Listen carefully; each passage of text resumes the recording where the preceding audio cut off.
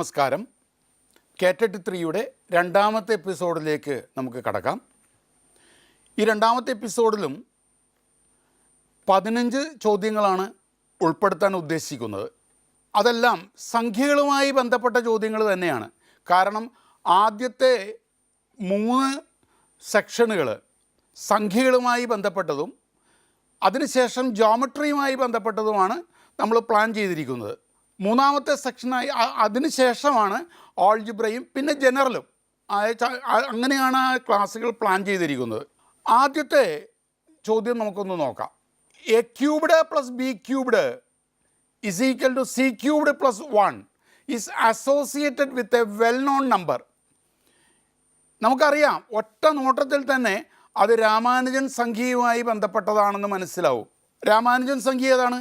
ഓർക്കാം, 1729. 2 വ്യത്യസ്ത എണ്ണൽ സംഖ്യകളുടെ ഘനങ്ങളുടെ തുകയായി 2 വ്യത്യസ്ത തരത്തിൽ എഴുതാൻ പറ്റുന്ന ഏറ്റവും ചെറിയ സംഖ്യ. അതായത് ഇതിനെ 10 ക്യൂബ്ഡ് പ്ലസ് 9 ക്യൂബ്ഡ് എന്നും 1729 അല്ലെങ്കിൽ 12 ക്യൂബ്ഡ് പ്ലസ് 1 ക്യൂബ്ഡ് എന്നും എഴുതാം. ഓക്കെ, അങ്ങനെയാണെങ്കിൽ A cubed plus B cube is equal C cube plus 1ൽ സി ആയിട്ട് വരുന്നത് 12ആണ്. 12ആണ് കറക്റ്റ് ഓപ്ഷൻ. അതായത് രാമാനുജൻ സംഖ്യയെക്കുറിച്ചുള്ള ഒരു ധാരണ ഉള്ള വ്യക്തികൾക്ക്, ടീച്ചേഴ്സിന് അത് കൃത്യമായിട്ട് മനസ്സിലാക്കാനായിട്ട് സാധിക്കും. അത് ഇങ്ങനെയുള്ള വേറൊരു സംഖ്യയെക്കുറിച്ചൊന്ന് പറഞ്ഞു കൊള്ളട്ടെ. അതായത് 6174. ഇത് വളരെ പ്രസിദ്ധമായൊരു സംഖ്യയാണ്. കാപ്രിക്കർ നമ്പർ എന്ന പേരിലാണത് പ്രസിദ്ധമായത്. അതൊരു മാജിക്കൽ നമ്പറാണ്. എങ്ങനെ അതൊരു മാജിക്കൽ നമ്പർ ആകുന്നു എന്നത് അന്വേഷിച്ച് കണ്ടെത്തേണ്ടതാണ്. ഓക്കെ, അത് നമ്മുടെ ഇപ്പോൾ ചർച്ച ചെയ്യേണ്ട ഒരു വിഷയമല്ല. ഈ കാപ്രിക്കർ എന്ന മാത്തമാറ്റീഷ്യൻ ഇന്ത്യൻ മാത്തമാറ്റീഷ്യനാണ് കേട്ടോ. അദ്ദേഹത്തിൻ്റെ പൂർണ്ണമായ പേര് DN കാപ്രിക്കർ. അദ്ദേഹത്തെ എൻ്റർടൈൻമെൻറ്റ് മാത്തമാറ്റീഷ്യൻ എന്ന പേരിൽ ഒരിക്കൽ അറ്റ് റൈറ്റ് ആംഗിൾസ് എന്ന മാസികയിൽ എഴുതിയതായിട്ട് ഓർക്കുന്നു. ഇങ്ങനെയുള്ള കാര്യങ്ങൾ, ഇതിനെക്കുറിച്ചുള്ള ജനറലായിട്ടുള്ള ഒരു അവയർനെസ് നമുക്ക് പരീക്ഷ എഴുതുന്നവർക്കുണ്ടാകാം. ഈ കാപ്രിക്കർ നമ്പർ എന്താണ്, രാമാനുജൻ നമ്പർ എന്താണ്. ഓക്കെ, ശരിക്കും തേർഡ് ഓർഡർ രാമാനുജൻ നമ്പർ അല്ലെങ്കിൽ രാമാനുജൻ നമ്പർ എന്ന് കൃത്യമായിട്ട് പറയാൻ പറ്റുന്ന നമ്പർ, അതിൻ്റെ പ്രോപ്പർട്ടിയാണ് ഇവിടെ പറഞ്ഞത്. അടുത്ത ചോദ്യത്തിലേക്ക് നമുക്കൊന്ന് കടക്കാം. ഒരു അരിത്തമാറ്റിക് സീക്വൻസിൻ്റെ 1ാം പദവും 11ാം പദവും തമ്മിലുള്ള വ്യത്യാസം 20ആണ്. ഓക്കെ, 1ാം പദത്തിൽ നിന്നും 11ാം പദത്തിലേക്ക് എത്തുമ്പോൾ 10 കോമൺ ഡിഫറൻസുകൾ കടന്നു പോയിട്ടുണ്ടാവും. ഓക്കെ, 10 കോമൺ ഡിഫറൻസുകൾ കടന്നു പോയിട്ടുണ്ടാവും. 2ൽ നിന്ന് 12 10 കോമൺ ഡിഫറൻസുകൾ കടന്നു പോയിട്ടുണ്ടാവും. ഓക്കെ, 3ാമത്തെ ടേമിൽ നിന്നും 13ാമത്തെ ടേമിലെത്തുമ്പോഴേക്കും ഇതേ സംഭവം തന്നെ ഉണ്ടാവും. നമുക്കറിയാവുന്ന കാര്യമാണ്, ആദ്യത്തെ 10 പദങ്ങളുടെ തുക അതിനേക്കാൾ എത്ര കൂടുതലാണ്, അല്ലെങ്കിൽ ആദ്യത്തെ 10 പദങ്ങളുടെ തുകയും അടുത്ത 10 പദങ്ങളുടെ തുകയും തമ്മിലുള്ള വ്യത്യാസം എത്രയായിരിക്കും? ഈ രീതിയിൽ വ്യത്യാസത്തെ നമ്മൾ ക്രമീകരിച്ചാൽ 10ാമത്തതും 20ാമത്തതും തമ്മിലുള്ള വ്യത്യാസവും ഈ പറയുന്ന 10D ആയ 20ആണ്. അപ്പോൾ 20 എന്ന സംഖ്യ 10 പ്രാവശ്യം വരുന്നു. അതായത് 10 പ്രാവശ്യം 10Dകളാണ്. ഇവിടെ ഓർത്തിരിക്കേണ്ട ഒരു ലോജിക്ക് ഇതാണ്. തുകകളുടെ വ്യത്യാസം എന്നത് വ്യത്യാസങ്ങളുടെ തുകയാണ്. രണ്ടാമത്തെ സെറ്റ് 10 പദങ്ങളുടെ തുകയും ആദ്യത്തെ സെറ്റ് 10 പദങ്ങളുടെ തുകയും തമ്മിലുള്ള വ്യത്യാസം ഈ പറയുന്ന പദങ്ങളുടെ വ്യത്യാസങ്ങളുടെ 11ാമത്തെയും 1ാമത്തെയും കേട്ടോ 12ാമത്തെയും 2ാമത്തെയും വ്യത്യാസങ്ങളുടെ തുകയാണ്. ആ അർത്ഥത്തിൽ അത് 200 10D എന്നത് 10 പ്രാവശ്യം കണ്ടാൽ 100 കണ്ടോ. അപ്പോൾ 10Dക്ക് ഇവിടെ ഇങ്ങനെ പറയാമല്ലോ, ഈ 10Dക്ക് 20 × 10 ദാറ്റ് ഈസ് 200 എന്ന് പറയാൻ സാധിക്കും നമുക്ക്. അടുത്ത ചോദ്യത്തിലേക്ക് നമുക്കൊന്ന് കടക്കാം. ABC ഒരു 3 അക്ക സംഖ്യയാണ്. ആ ഡിജിറ്റുകളുടെ പ്രോഡക്റ്റ് A × B × C 15ആണ്. A into B into C 15 ആകുന്ന എ ബി സി എന്ന് പറയുന്ന മൂന്നക്ക സംഖ്യകൾ എത്ര എണ്ണം ഉണ്ടാകും എന്നുള്ളതാണ് നമ്മുടെ ചോദ്യം. എ ബി സി 15 അപ്പോൾ ഈ 15 നമുക്ക് 1 ഇൻറ്റു 3 ഇൻറ്റു 5 എന്ന് കാണാമല്ലോ 15. അപ്പോൾ 1ഉം 3ഉം 5ഉം ഉപയോഗിച്ച് എത്ര സംഖ്യകൾ എഴുതാം, എത്ര 3 ഡിജിറ്റ് നമ്പറുകൾ എഴുതാം? ഓക്കെ, 135 തീർച്ചയായിട്ടും ഉണ്ട്, 153 ഉണ്ട്, 315 ഉണ്ട്, 351 ഉണ്ട്, 513 ഉണ്ട്, 531 ഉണ്ട്. Correct option 6. ഇതിലെല്ലാത്തിലും അക്കങ്ങളുടെ ഗുണനഫലം 15 തന്നെയാണ്. ഓക്കെ, അടുത്ത ചോദ്യത്തിലേക്ക് നമുക്കൊന്ന് കടക്കാം. കുറച്ച് ഇൻട്രസ്റ്റിംഗ് ആയൊരു ചോദ്യമാണിത്. 7/2025 7/2025 ഇതിലെ അത്രയൊരു വലിയ നമ്പറാണല്ലേ. 7/2025 എന്ന് പറയുന്നൊരു വലിയ നമ്പറാണ്. ഈ വലിയ നമ്പറിൻ്റെ ഡിജിറ്റുകളുടെ പ്രോഡക്റ്റ് അത് എത്രയായിരിക്കും? What is the product of digits in that big number? ആ വലിയ നമ്പറിൻ്റെ ഡിജിറ്റുകളുടെ പ്രോഡക്റ്റ് എന്താണെന്ന്. അപ്പോൾ ഇവിടെ എന്തോ ഒരു പ്രത്യേകതയുണ്ട്, അല്ലാതെ നമുക്ക് ആ സംഖ്യ കണ്ടെത്തി ഡിജിറ്റുകളുടെ പ്രോഡക്റ്റ് കാണാൻ സാധ്യമല്ല. ഇങ്ങനെ ഒന്ന് ചിന്തിക്കാം.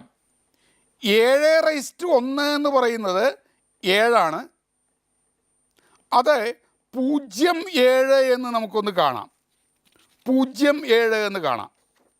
ഇനി 7 സ്ക്വയർ എന്ന് പറയുന്നതോ അത് 49. അത് 2 ഡിജിറ്റായിട്ട് 49 എന്ന് തന്നെ എടുത്താൽ മതി. 7/3 എന്താണ് നോക്കിക്കഴിഞ്ഞാൽ നമുക്ക് മനസ്സിലാവും. അതിൻ്റെ അവസാനത്തെ 2 അക്കം 43-ലായിരിക്കും അത് അവസാനിക്കുന്നത്. ഇവിടെ 2 എണ്ണം ഉണ്ട്, 43-ലാണ്. മൾട്ടിപ്ലൈ ചെയ്യേണ്ട ആവശ്യമില്ലല്ലോ, ഒന്ന് നോക്കിയാൽ മതി. 43 എന്ന അവസാനത്തെ 2 അക്കം കിട്ടും. 7/4 ആണെങ്കിലോ അവസാനത്തേത് 7/4 എത്രയാണെന്ന് കണക്ക് ചെയ്യേണ്ട ആവശ്യമില്ല. അവസാനത്തെ 2 അക്കം 01 എന്നേ കിട്ടുകയുള്ളൂ. ഓക്കെ, ഈ 43 7 ഒന്ന് മൾട്ടിപ്ലൈ ചെയ്യാൻ മനസ്സിലൊന്ന് നോക്കിയാൽ ഇത്രയും കിട്ടും. ഇനിയുള്ളത് പവറുകൾ എടുത്താൽ ഇതിങ്ങനെ ആവർത്തിച്ച് വരുന്നു. അവസാന 2 അക്കം ആവർത്തിക്കുന്നു. 07, 49, 03, 01. അങ്ങനെയാണെങ്കിൽ 2024 7/2024 എത്തുമ്പോഴേക്കും ഇവിടെ എത്തിയിട്ടുണ്ടാവും. 7/2025 ഇതായിരിക്കും അവസാനത്തെ 2 അക്കം. അപ്പോൾ അതിൽ 0 ഉണ്ടെന്നുള്ള കാര്യം വ്യക്തം. അതിൻ്റെ അർത്ഥം product of the digit is 0. ഈ ഒരു ലോജിക്കൽ തിങ്കിങ്ങിലൂടെ മാത്രമേ നമുക്കത് മനസ്സിലാക്കിയെടുക്കാനായിട്ട് സാധിക്കൂ. അടുത്ത ചോദ്യത്തിലേക്കൊന്ന് കടക്കാം. AB into BA is equal to BCB. AB ഒരു 2 അക്ക സംഖ്യയാണ്, അതിൻ്റെ അക്കങ്ങൾ തിരിച്ചെഴുതുമ്പോൾ കിട്ടുന്ന BA. BCB ആണ്. എയും ബിയും സിയും ഡിഫറെൻറ്റ് ഡിജിറ്റാണ് കേട്ടോ. അങ്ങനെയാണെങ്കിൽ A + B + C എത്രയാണെന്ന് എങ്ങനെ നമുക്ക് മനസ്സിലാക്കാം? അല്പം ബീജഗണിതവും സംഖ്യയുടെ ആ സ്ഥാനവിലകൾ ഉപയോഗിച്ച് അക്കങ്ങളെ പിരിച്ചെഴുതുന്ന ആ രീതികളൊക്കെ ഒന്ന് പെട്ടെന്ന് ഓർമ്മയിലേക്ക് കൊണ്ടുവരിക. AB എന്ന് പറയുന്നത് നമുക്ക് 10A + B into 10B + A is equal to BCB 100B + 10C + B എന്ന് നമുക്ക് എഴുതാമല്ലോ. ഓക്കെ, ഇതൊന്ന് എക്സ്പാൻഡ് ചെയ്ത് കഴിഞ്ഞാൽ എന്തായിരിക്കും കിട്ടുന്നത്? 100AB പ്ലസ് അടുത്തത് 10 ഇൻറ്റു A² + B², അടുത്തത് BA ഇസ് ഈക്വൽ ടു ഇവിടെ കാണുന്ന 100B + 10C + B എന്ന് എഴുതാം. ഇതിൽ നിന്ന് ഈ 10ൻ്റെ കൂടെയുള്ള സ്ഥാനത്തുള്ള A² + B² is equal to ഇവിടുത്തെ 10മായി ചേർന്നുള്ളത് C. ഇതിങ്ങനൊരു റിലേഷൻ കിട്ടും. പിന്നെ BA = ബി എന്ന് കിട്ടും. ഇവിടുത്തെ ബി ഇൻറ്റു എ മൾട്ടിപ്ലൈ ചെയ്തതും ഈ അറ്റത്തെ ബിയും. ഇതിൽ നിന്ന് എ സമം 1 എന്ന് നമുക്ക് പെട്ടെന്ന് മനസ്സിലാക്കാം. അപ്പോൾ ഇവിടെ എ 1 ആണെങ്കിൽ 1 സ്ക്വയർ 1 പ്ലസ് ബി. ഓക്കെ, ഇവിടെ ഒരു ബി ഒരു സംഖ്യ വേണം. ബി ഇവിടെ സി എന്ന ഡിജിറ്റ് വരണം. ബി എന്ന് പറയുന്നത് 1 ഉപയോഗിക്കാൻ പറ്റില്ല. 3 ഉപയോഗിച്ചാൽ അത് 3 സ്ക്വയർ പ്ലസ് 1 10. അപ്പോൾ സി എന്ന് പറയുന്ന ഒരു ഡിജിറ്റ് അല്ല. അപ്പോൾ ഇത് 9 വരെയല്ലേ സി വരാൻ പാടുള്ളൂ. അതിൻ്റെ അർത്ഥം ഇവിടെ ഏറ്റവും ഉചിതമായത് 2 മാത്രമാണ്. അങ്ങനെയാണെങ്കിൽ സംഖ്യ ഏതായിരിക്കും? 12 ഇൻറ്റു 21 = 252 എന്ന് നമുക്ക് കൃത്യമായിട്ട് മനസ്സിലാക്കാം. അവിടെ 2 വരുള്ളൂ. അപ്പോൾ A plus B plus C എത്രയാണ്? 1 + 2 + 5, അതായത് നമുക്ക് 8 എന്ന കറക്റ്റ് ഓപ്ഷനിലേക്ക് എത്താം. ഇതിൻ്റെ ലോജിക്കാണ് നമുക്ക് മനസ്സിലാക്കിയെടുക്കേണ്ടത്. അപ്പോൾ പാഠപുസ്തകത്തിലുള്ള ഡയറക്റ്റായ കാര്യങ്ങളാണ് എന്ന് നമ്മൾ കരുതരുത്. ആ കോൺസെപ്റ്റ് ഉപയോഗിച്ചുകൊണ്ടുള്ള ഒരു പുതിയ ഒരു മേഖലയിലേക്കുള്ള ഒരു ചിന്തയാണ് ഇവിടെ വരുന്ന മിക്കവാറും എല്ലാ ചോദ്യങ്ങളും. അടുത്ത ചോദ്യത്തിലേക്ക് നമുക്കൊന്ന് കിടക്കാം. ഈ പാറ്റേൺ നോക്കൂ. അങ്ങനെയാണെങ്കിൽ ഈ പാറ്റേൺ ഒരു പ്രത്യേക രീതിയിലാണ്. 1 + 2 = 3. ഇനി 3 കഴിഞ്ഞ് 4 + 5 + 6 എന്ന് പറയുന്ന 7 + 8 ആണ്. പാറ്റേൺ കാണുമ്പോൾ നമുക്കറിയാം കൃത്യമാണെന്ന്. അങ്ങനെയാണെങ്കിൽ എത്രാമത്തെ വരിയുടെ റൈറ്റ് എൻഡിലുള്ള സംഖ്യയാണ് ഈ പറയുന്ന 224 എന്ന സംഖ്യ? അതിന് എന്ത് ചിന്തിക്കണം? എല്ലാത്തിൻ്റെയും ലെഫ്റ്റ് എൻഡ് ഒന്ന് നോക്കൂ. എല്ലാം പെർഫെക്റ്റ് സ്ക്വയേഴ്സാണ്. അങ്ങനെയാണെങ്കിൽ 15ാമത്തെ വരിയുടെ ഇടത്തെ അറ്റം 15 സ്ക്വയർ ആണെന്ന് വ്യക്തം. തുടങ്ങുന്നത് 15 സ്ക്വയറാണ്. 15 ആണെങ്കിൽ 15 സ്ക്വയറായി 225 ആണെങ്കിൽ അതിൻ്റെ മുകളിലുള്ള വരി അവസാനിക്കുന്നത് 224-ലായിരിക്കുമല്ലോ. അങ്ങനെയാണ് അതിൻ്റെ അർത്ഥം 14ാമത്തെ വരിയുടെ റൈറ്റ് എൻഡിലാണ് നമുക്ക് ആവശ്യമുള്ള 224 ഉണ്ടാവുന്നത്. ആ ഒരു ലോജിക്കിലേക്ക് എത്തുക. ആ പാറ്റേണിൻ്റെ ഒരു ഭംഗിയാണത്. ആ പാറ്റേൺ നോക്കിയിട്ട് നമുക്കത് കൃത്യമായി പറയാനായിട്ട് സാധിക്കും. അടുത്ത ചോദ്യത്തിലേക്ക് നമുക്കൊന്ന് കിടക്കാം. അർജുൻ ആഡഡ്, അതൊന്ന് വായിച്ച് നോക്കൂ സമയമെടുത്ത്. Arjun added all even numbers from 1 to 101. Even numbers ഉണ്ടോ? അതിൽ നിന്ന്, ആ സമ്മിൽ നിന്ന് 0 മുതൽ 100 വരെയുള്ള ഒറ്റ സംഖ്യകൾ ആഡ് ചെയ്തത് കുറക്കുന്നു. 1 മുതൽ 101 വരെയുള്ള ഇരട്ട സംഖ്യകൾ കൂട്ടുന്നു. അതിൽ നിന്ന് 0 മുതൽ 100 വരെയുള്ള ഒറ്റ സംഖ്യകൾ കൂട്ടിയിട്ട് ആദ്യത്തേതിൽ നിന്ന് കുറക്കുന്നു. അങ്ങനെയാണെങ്കിൽ ഏതാണ്? ഒരു ക്രിയയുടെ ആവശ്യമില്ല, നമുക്ക് കൃത്യമായി അറിയാവുന്നതാണ്. 2, 4, 6, 8 അങ്ങനെ 100 വരെ. 2 + 4 + 6 + 8 എക്സെട്ര 100 മൈനസ് എന്ത് 1 + 3 + 5 + 9 99 വരെ.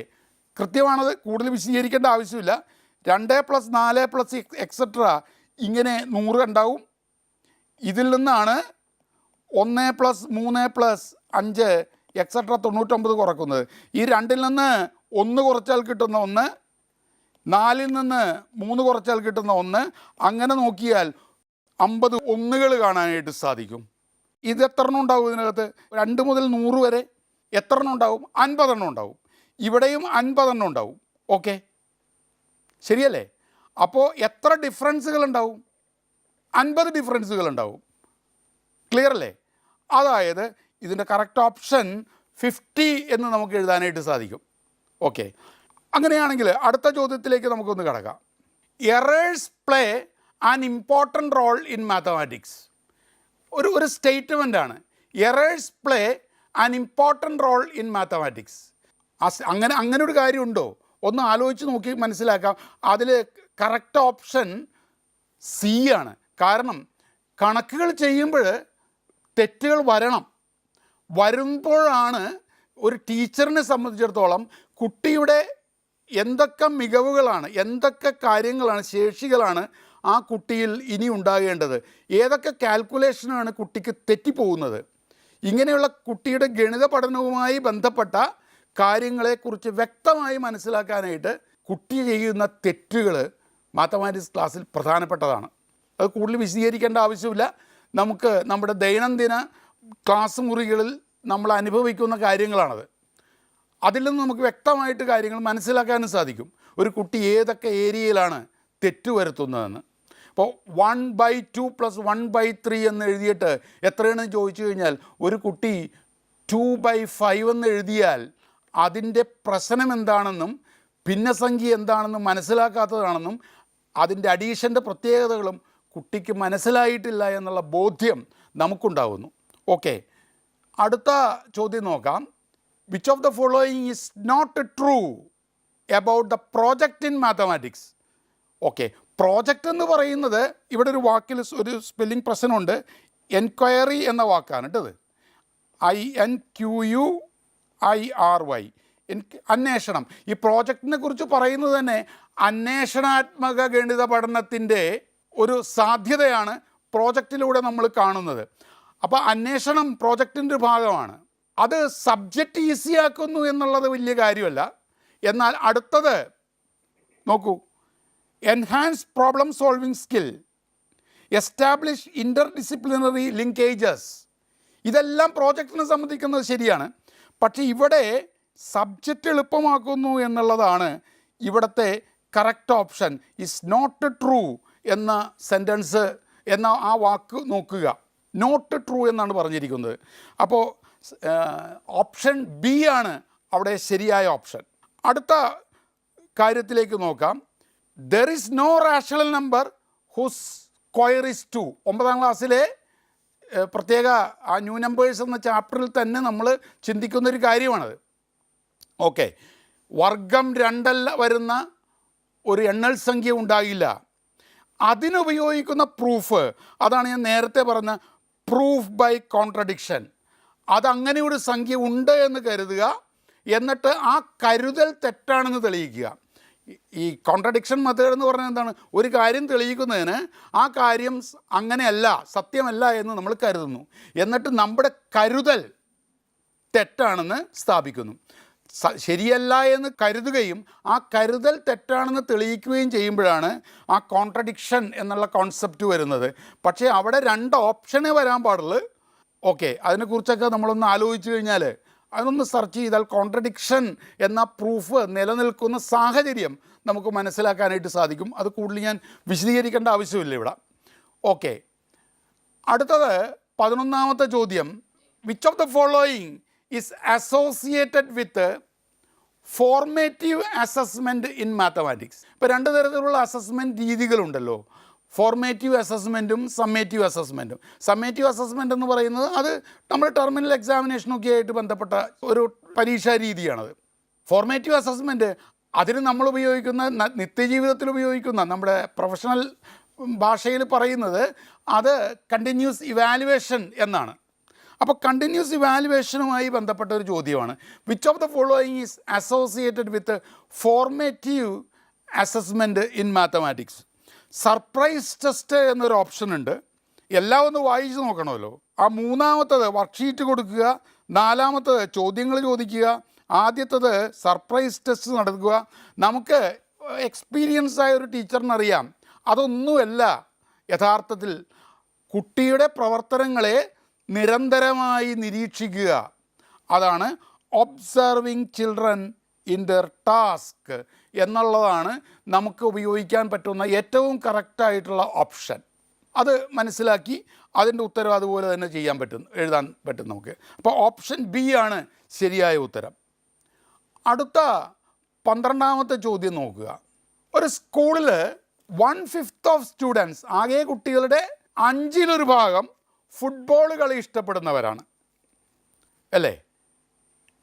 ഗേൾസിൻ്റെ 10/1 ഭാഗം ഫുട്ബോൾ കളി ഇഷ്ടപ്പെടുന്നവരാണ്.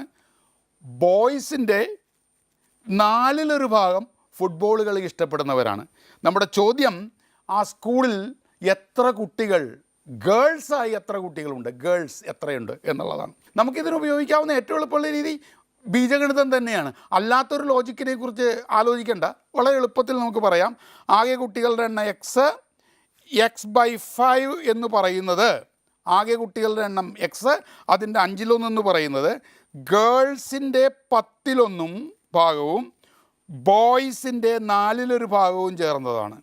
അതായത് ഈ ബോയ്സിൻ്റെ 4 എന്ന് പറയുന്നത് നമുക്ക് എക്സ് മൈനസ് ഗേൾസ് ബൈ 4 എന്ന് എഴുതാം. അതായത് 1-2 സ്റ്റെപ്പും കൂടി നമ്മളൊന്ന് എഴുതി കഴിഞ്ഞാൽ നമുക്ക് കിട്ടും G/10 plus X/4 minus G/4 എന്ന് എഴുതാം. ഇത് സിംപ്ലിഫൈ ചെയ്ത് കഴിഞ്ഞാൽ കണ്ടോ, ഇതൊക്കെ എടുത്തിങ്ങനെ സിംപ്ലിഫൈ ചെയ്ത് കഴിഞ്ഞാൽ നമുക്ക് കിട്ടുന്നത് X = 3G എന്നായിരിക്കും കിട്ടുന്നത്. അതായത് G/X എന്ന് പറയുന്നത് 1/3 അതായത് ആകെയുള്ള കുട്ടികളുടെ 1/3 ഭാഗം ആണ് കണ്ടോ ഗേൾസ് എന്ന് പറയാനായിട്ട് സാധിക്കും. G/X = 1/3 1/3 ഭാഗം. ഇങ്ങനെ നമുക്ക് ഉത്തരം ഇതാണ്. അപ്പോൾ കറക്റ്റ് ഓപ്ഷൻ. നോക്കൂ, അടുത്ത ചോദ്യം നോക്കാം. ഈ ചോദ്യം ഇങ്ങനെയാണ്: 3⁻8 - 1 അതിൻ്റെ ഏറ്റവും വലിയ പ്രൈം ഫാക്ടർ എന്താണ്? പെട്ടെന്ന് നമുക്കൊന്ന് പറയാം. 3⁻8 എന്ന് പറയുന്നത് 3⁻4 - 1 ഇൻറ്റു 3⁻4 പ്ലസ് 1 കണ്ടോ, 8 എന്നുള്ളത് 3⁻4 ഹോൾ സ്ക്വയർ എന്നെഴുതാം. അപ്പോൾ ഇതുപോലെ നമുക്ക് എഴുതാം. ഇതിൽ ആദ്യത്തേത് എങ്ങനെയാണ്? 3 square minus 1 into 3 square plus 1 വീണ്ടും നമുക്ക് 3⁻4 പ്ലസ് 1 എന്ന് എഴുതാം. അടുത്ത 3 - 1 ഇൻറ്റു 3 പ്ലസ് 1 ഇതിവിടെ 10 ഇതിവിടെ എത്രയാണ്? 82 ഈ 82നെ 41 ഇൻറ്റു 2 എന്ന് എഴുതി ഇവിടെയൊക്കെ ഒന്ന് നോക്കിക്കഴിഞ്ഞാൽ മനസ്സിലാവും. ഇതിപ്പോൾ 2 ഇതിവിടെ 4 ഇതിവിടെ 5 ഇൻറ്റു 2 ഇവിടെ 41 ഇൻറ്റു 2 നമുക്കറിയാം ഈ കൂട്ടത്തിൽ ഏറ്റവും വലിയ പ്രൈം ഫാക്ടറായി വരുന്നത് 41. അപ്പോൾ 41 കറക്റ്റ് ഓപ്ഷനാണ്. നമുക്ക് 14ാമത്തെ ചോദ്യത്തിലേക്കൊന്ന് കടക്കാം. ഫിസിക്സുമായി ബന്ധപ്പെട്ട ടൈം, ഡിസ്റ്റൻസ് ഒക്കെയായി ബന്ധപ്പെട്ടൊരു ചോദ്യമാണ്. A particle is moving along A straight line. Okay, X is the displacement or distance and T is the time. എവിടെയാണ് ചിന്ത പോകേണ്ടത്? ആപ്ലിക്കേഷൻ ഓഫ് ഡിഫറൻസിയേഷനാണ് എൻ്റെ മനസ്സിലേക്ക് പെട്ടെന്ന് വരുന്നത്. ഏതൊരു മാത്തമാറ്റിക്സ് ടീച്ചറിൻ്റെയും ഹൈസ്കൂൾ ടീച്ചറിൻ്റെയും മനസ്സിൽ അതായിരിക്കും വരുന്നത്. ഫിസിക്സ് അധ്യാപകൻ ആണ് ചെയ്യുന്നതെങ്കിൽ അവിടെ S=UT + ½ ഒക്കെ ആയിട്ട് കമ്പയർ ചെയ്തുകൊണ്ടായിരിക്കും ഈ പ്രോബ്ലം ചെയ്യുന്നത്. ഇവിടെ നമുക്ക് അറിയാം first derivative of this function is velocity. അങ്ങനെയാണെങ്കിൽ dx/dt എന്ന് പറയുന്ന എന്താണ് dx/dt? dx/dt is 7 + ½ into 2t. Okay, 7 + t എന്ന് പറയുന്നതാണ് ഫസ്റ്റ് ഡെറിവേറ്റീവ്. ഇപ്പം dx/dt എന്ന് പറയുന്ന വെലോസിറ്റി ആറ്റ് t = 1 എത്രയാണ് ആൻസർ? 7 + 1 അതായത് 8. ഇതാണ് നമ്മുടെ കറക്റ്റ് ആൻസർ. അപ്പോൾ ഇതാണ് നമുക്ക് ചെയ്യാവുന്ന ഏറ്റവും എളുപ്പമുള്ള മാത്തമാറ്റിക്കലായിട്ടുള്ള കാൽക്കുലസുമായി ബന്ധപ്പെട്ട ആ ഒരു ചിന്ത. സ്പീഡും സമയവുമായി ബന്ധപ്പെട്ട ഒരു ചോദ്യം കഴിഞ്ഞ ടെറ്റ് പരീക്ഷയ്ക്കുണ്ടായിരുന്നു. ഇപ്പോഴും എന്നും നമ്മളത് പ്രതീക്ഷിക്കണം. കാരണം അതൊരു ഫിസിക്സുമായി ബന്ധപ്പെട്ടതാണ്, എന്നാൽ മാത്തമാറ്റിക്കലുമാണിത് കുറച്ചുകൂടി. ഓക്കെ, അടുത്ത 15ാമത്തെ ചോദ്യത്തിലേക്ക് നമുക്കൊന്ന് കിടക്കാം. ഒരു റെക്റ്റാങ്കിൾ, അതിനുള്ളിൽ 3 സ്ക്വയറുകൾ. സ്ക്വയറിൻ്റെ സൈഡ് 2 നമുക്ക് റെക്റ്റാങ്കിളിൻ്റെ ഏരിയ ആണ് കാണേണ്ടത്. സ്ക്വയറിൻ്റെ സൈഡ് 2 ഇത് രണ്ടും 2. അപ്പോൾ ഈ ദൂരം എത്രയാണെന്ന് നമുക്കറിയാം, 2√2. അപ്പോൾ ഇതെത്രയാണ്? ഈ 2√2ൻ്റെ പകുതിയായ √2. അപ്പോൾ മൊത്തം എത്രയാണ്? ഇത്രയും 3√2. ഓക്കെ, ഇവിടെയല്ല എഴുതേണ്ടത്, ഇവിടെയാണ് എഴുതേണ്ടത്. 3√2 വീതി, ചതുരത്തിൻ്റെ വീതി 3√2. നോക്കൂ, ഇതെത്രയാണ്? ഈ ദൂരം ഇത് 2√2. എന്നാൽ ഈ പൊക്കവും ഇതും 2√2. അപ്പോൾ മൊത്തത്തിൽ എത്രയായി? ഈ നീളം എത്രയാണ്? 4√2 എന്ന് പറയാം. അപ്പോൾ ഏരിയ എത്രയാണ്? 3√2 ഇൻറ്റു 4√2. അപ്പോൾ കിട്ടുന്നത് 12 ഇൻറ്റു 2. അതായത് നമുക്ക് കൃത്യമായ ആൻസർ 24 എന്ന് കിട്ടും. ഇത് 9ാം ക്ലാസ്സിലെ ന്യൂ നമ്പേഴ്സ് എന്ന അല്ലെങ്കിൽ ഇറാഷണൽ മൾട്ടിപ്ലിക്കേഷൻ ഒക്കെ ആയിട്ട് ബന്ധപ്പെട്ട ഒരു കുറച്ച് നിലവാരം കൂടിയ എന്നാൽ നമുക്ക് ചെയ്യാവുന്ന ഒരു ടീച്ചർ ലെവലിൽ ചിന്തിച്ച് ചെയ്യാവുന്ന ഒരു ചോദ്യമാണ്. കുട്ടികളും ഇത്തരം ചോദ്യങ്ങൾ ക്വിസ് കോമ്പറ്റീഷനിലൊക്കെ ചെയ്യുന്നതാണ്. നമുക്ക് ചെയ്യാവുന്ന ഒരു ചോദ്യമായിട്ട് നമുക്കിതിനെ കണക്കാക്കാം. ഏതായാലും ഇത്രയും ചോദ്യങ്ങളാണ് രണ്ടാമത്തെ എപ്പിസോഡിൽ ഉൾപ്പെടുത്തിയിരിക്കുന്നത്. കാര്യങ്ങൾ വ്യക്തമായി എന്ന് കരുതുന്നു. നന്ദി.